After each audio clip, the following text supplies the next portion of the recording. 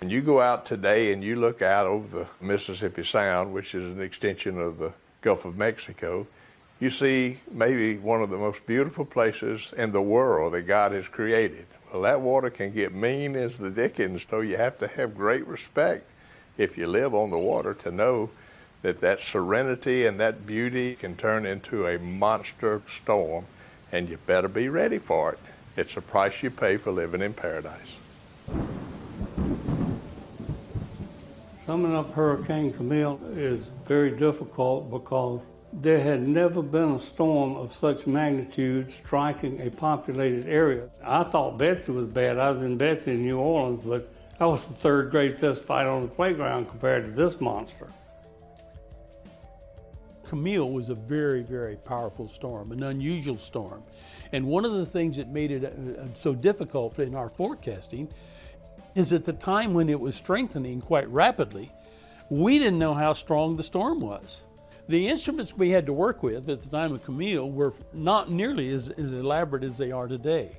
We had just begun to use radar for the first time, and so we didn't have a network of coastal radars. So once the hurricane moved within maybe 150 to 100 miles of the coastline, we could pick it up on radar. But satellite pictures were just beginning to be developed. We saw the first satellite pictures of the entire Atlantic in 1966. So here we have 1969. We saw the satellite pictures of Camille, and boy, it looked bad, But we didn't know how bad because we'd never seen a storm of that intensity prior to Camille. We know that there are certain conditions that favor strengthening. For example, warm water. Hurricanes like warm water, all right? Hurricanes don't like to have their tops blown off. We call that vertical shear. So if you have strong winds up around 40, 50,000 feet, it'll blow the tops of them off. Hurricanes don't like that. Well, in the case of Camille, there were very quiet winds in the upper part of the atmosphere. At the same time, there were very warm water in the Gulf of Mexico. And so those conditions favored strengthening, and it deepened very, very rapidly. Hurricane Camille came in on a Sunday, late Sunday evening. That day was a beautiful day, and the storm had been playing around down south of the Mississippi River. And about noon of that day, it was determined it looked like she was going to come on in to the coast and was going to be extremely powerful, predicted to be the most powerful hurricane in the history of the United States. Yes, get me Gulfport, the civil defense.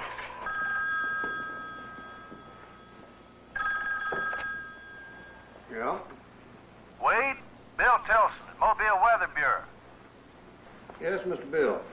Hate to wake you, but Camille's changing course, turning north now, instead of east. Looks like she's going to hit you right where you live. For 24 hours, the whole Gulf Coast has been on hurricane watch. People sleeping at their posts. And now... Harrison County Civil Defense to Biloxi CD. Come back, please. Yes? Julie? Mobile Weather says it's coming. Wake everybody up. A bunch of my fraternity brothers and I said, well, hell, let's go on down there. A hurricane's coming. Man, we're going to go down there and help out. And so I drove down with 4 or 5 of the guys, and we reported to headquarters there in Gulfport. And my dad said, get your ass back to Hattiesburg. What do you think you're doing down here? There's nothing you can do down here but get in the way. So you just go on back up to school so I don't have to worry about you. Which, of course, is exactly what we didn't do. Instead, we went to my house over on Seal Avenue, right off the beach. And we decided we're going to have a hurricane party. So an Air Force plane went out and flew into it and found that the pressure was 908 millibars. That was the strongest hurricane that had ever been recorded by an airplane at that time. In other words, the central pressure is a measure of how strong the hurricane is. The people that were developing storm surge models, and again, we're going back to a time when storm surge models were just being developed, when they found out that the pressure was down around 905 millibars, they came in and said, you know what that means? That means you're going to have a storm surge in excess of 20 feet. Well, we had never put 20 feet in an advisory.